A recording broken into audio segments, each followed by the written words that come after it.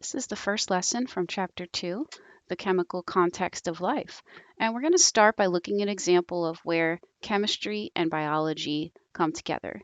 And that's a short little video about this insect shown here, the bombardier beetle. So I'm going to switch over to YouTube and we'll watch this together.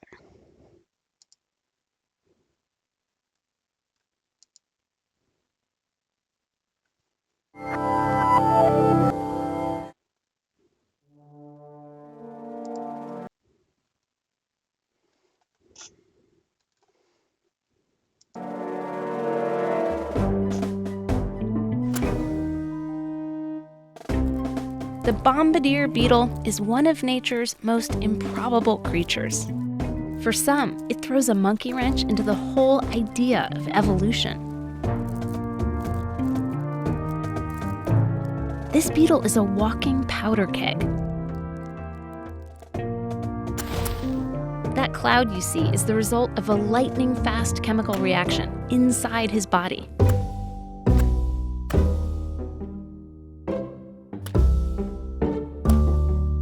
When attacked, the beetle sets off the explosion, releasing a boiling hot, stinging poison that sends his enemies running. He can even aim it.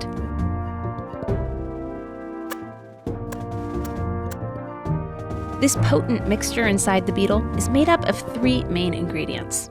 Mix the first 2 of them together and nothing happens, but throw in the third and boom!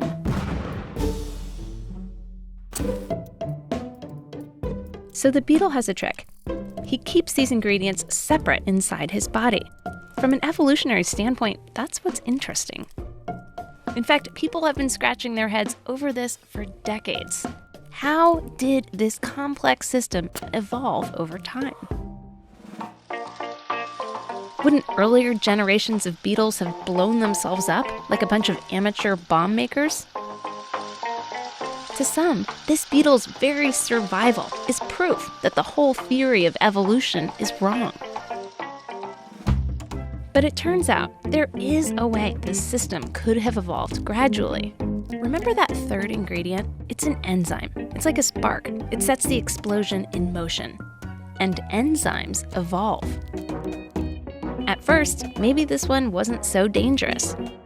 But gradually, it became more potent, more specialized, more explosive, as the beetle's body changed to contain it.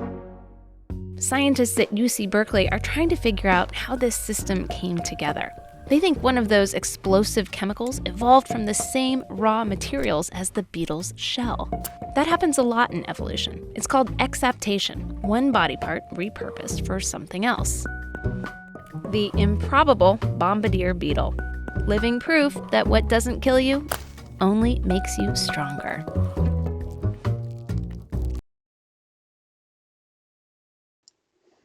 Oh, well, there you have it, the bombardier beetle.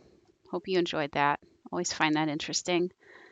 So this is a great example of not only how all living things are made of matter, including the beetle, but that the chemical reaction that happens inside the beetle to allow it to defend itself is also an example of the relevance of chemistry and biology.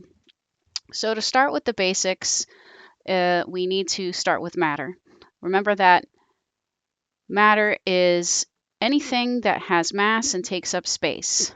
You probably remember that from chemistry, or you're taking that class now at the same time as biology. So this is a very important foundation for understanding biology as well as chemistry. And matter is made up of the elements. These are the elements that are relevant to biology. In fact, some are not shown here that are synthesized in labs. These are the naturally occurring elements. And this periodic table you're looking at is from your textbook by Pearson. So we'll use that one as our main reference periodic table because it's showing the colors maybe differently from a different periodic table. The emphasis here is on whether those elements are metals, nonmetals, or metalloids. And that will become more relevant when we talk about bonds. So for now, we're not going to get into that, just focusing on what are these elements. An element is something that cannot be separated by ordinary chemical means into different substances. So they exist in this state in nature. In this class, we're going to focus on the ones that are most important to biology, and those can be kind of ranked in order from most abundant or most that take up the greatest percentage in a living organism to those that are still very important but make up a smaller percentage. So in order from most important or most abundant, we have the top four here. At the top, carbon, hydrogen, nitrogen, and oxygen. Together, those four elements make up about 96% of living matter. That's quite a lot. And as you can see in the table on the right, it's breaking it down into the specific percentages of human body weight. So our bodies are mostly oxygen, 65%. You might be wondering, well, where is that oxygen? Of course, we breathe oxygen, but that quickly gets used by our mitochondria for cellular respiration. It doesn't really get incorporated into our body, making up our body weight. The oxygen is really the water, part of the water, H2O. So we also have hydrogen coming in after carbon. Carbon is a very important element that we actually have a whole chapter dedicated to. Chapter 3, when we talk about organic molecules, carbon-based molecules, we'll really dig into that in more detail. And nitrogen is a key element found in our bodies as well, in the form of proteins, among other things. The next four most abundant elements are potassium, sulfur, phosphorus, and calcium. And these, if you look at the table for the human body, come in at or below 1%. Beyond that are elements that are called trace elements, which make up less than 0.01%. There's several listed here, including boron, chromium, cobalt. You can see the rest in the caption below the table there. And without getting into all the details about each of those trace elements, I just want to pick one to show an example of, although they're not as abundant as the other elements, they're still very important in keeping our bodies operating properly. For example, iodine, which is one of the trace elements, is essential for hormone production by our thyroid gland. We only need 0.15 milligrams a day for a normal thyroid, but people who don't get that have issues not only with hormone production, but it can also lead to those unsightly goiters like the lady shown here on the slide on the right. So you might be wondering, where am I getting my iodine? Because you don't really think about that during the day, making sure you get your iodine, unless perhaps it comes up in blood work that you need to take some kind of vitamins or supplements. But probably nothing you need to worry about, because iodine is in many of our fortified foods. For example, table salt. Look at the table salt. If you have the container that it came in from the store, look at it next time. It should say iodized table salt. So they've actually added iodine to the table salt to ensure that Americans, or in countries that do this, are getting their daily amount necessary. And a lot of other foods like processed foods, canned foods, they're probably likely also going to have iodine already in them. So I wouldn't go out of my way to get more iodine in my diet unless I was told by a doctor that I have a deficiency.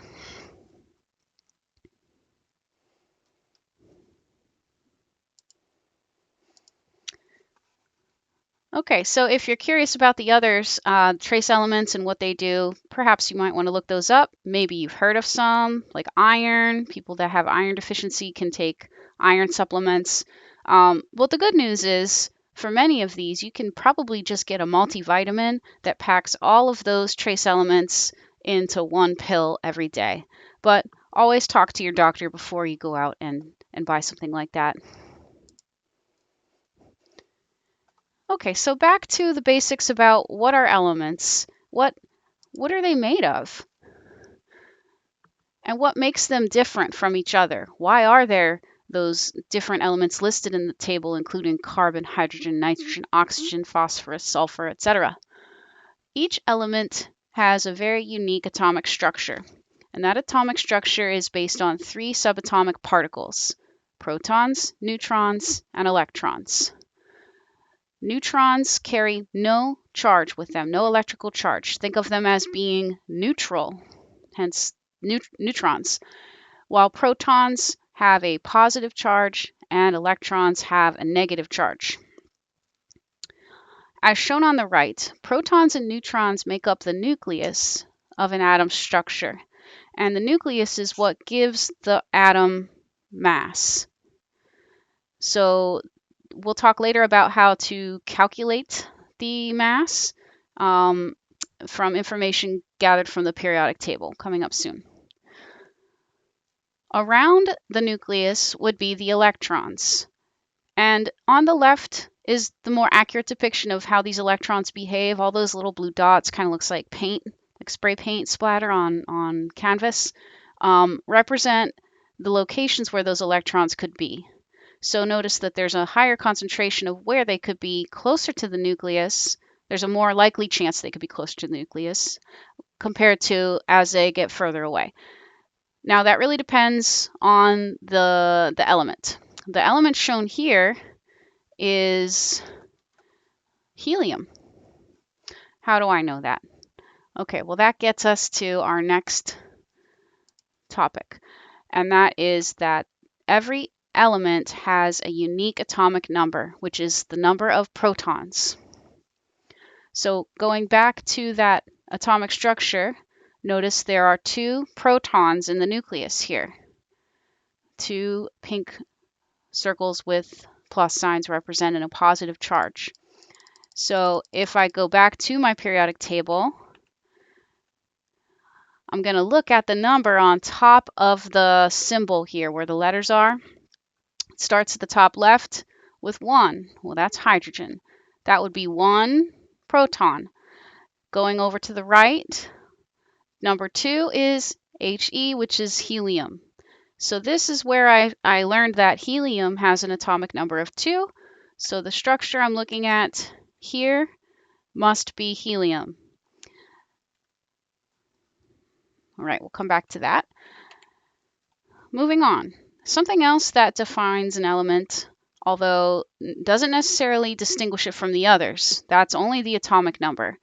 But the mass number is the number of protons plus the number of neutrons. Again, remember, those are the subatomic particles that give it mass. So that is the mass number, but it's a whole number, always just counting the number of protons plus neutrons. So what would be the mass number for helium? 2 protons, 2 neutrons. So 2 plus 2 equals 4. So the mass number for helium would be 4. Similar to mass number is an atom's atomic mass. This is approximately equal to the mass number. It's really the actual mass of that atom, measured in a unit called Daltons or atomic mass units. So we don't really have a way ourselves of quantifying that. That's been done by chemists, I presume. So we can get this information from the periodic table. So let's take a look at that for helium and see how close it is to 4. Oh, wow. So the mass number, the atomic mass is actually the number below the symbol or at the bottom of each box. So it looks like 4.000.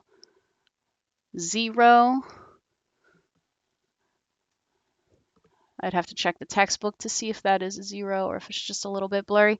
But regardless, it rounds to 4. So we got 4 from the mass number, and now we see that that is approximately equal to the mass number, the atomic mass.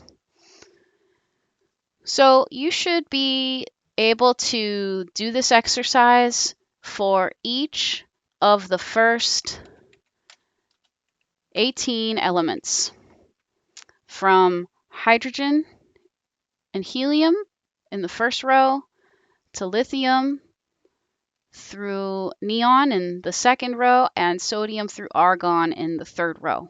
So please practice, be comfortable for each of those elements, figuring out the atomic number, mass number, atomic mass, and also the numbers of protons, neutrons, and electrons, which is our topic coming up probably in the next little mini lesson for chapter 2. So I don't know if you remember my saying that each element has a unique number of protons, but not necessarily a unique mass number. That's because there are these isotopes that exist of elements. Isotopes are atoms of the same element with different numbers of neutrons. They would always still have the same number of protons because then again, that's what defines an element. So for example, as shown here, hydrogen, these are two different isotopes of hydrogen. The one more at the bottom has hydrogen with 1 proton, 1 neutron, and 1 electron. In contrast, the other isotope of hydrogen has 1 proton, the red ball, 2 neutrons, the gray balls, and still 1 electron. We could say that the isotope of hydrogen that has 2 neutrons is heavier compared to the one that only had 1 neutrons would be a lighter isotope of hydrogen. What's interesting about isotopes is that mostly they are stable. That means that they retain their structure, but there are some isotopes that are radioactive. And what it means to be radioactive is that they're not stable, and they actually release particles. Sometimes these particles are subatomic particles, like protons and neutrons. Sometimes it's radiation, like gamma radiation. So some radioisotopes can actually be harmful, such as the one shown here. This very, very large atom is uranium-238, which is the element that is used in nuclear power plants to create electricity from the uranium as it's giving off these particles. Those particles can be used to heat water, which basically spins a turbine and generates electricity. We're not getting into the details of that, but just an application of why radioisotopes are important in modern human societies. That's one application. But you probably heard of some of the concerns about the use of nuclear energy. It's because of the gamma radiation that uranium can give off as it's decaying because it's unstable. Gamma radiation can cause mutations in DNA of living things. But there are also other applications of radioisotopes in science, such as with radiocarbon dating. So when scientists, paleontologists, archaeologists, etc., find fossils from things that lived a long time ago, they're able to do an analysis looking at the isotopes of carbon, carbon-14 versus carbon-12, and calculate approximately how long ago that organism lived and died based on the ratio of carbon-14 to carbon-12. So as shown in the timeline at the bottom right, we can only go back about 18,000 years with radiocarbon dating. So there are some limitations to that. And if you want to read more about the actual process that happens with the carbon isotopes, it's actually in the notes section of the slide in the PowerPoint for this presentation. So you can go to D2L, you can download the slideshow and read in the notes the chemistry behind what's going on in the isotopes of carbon.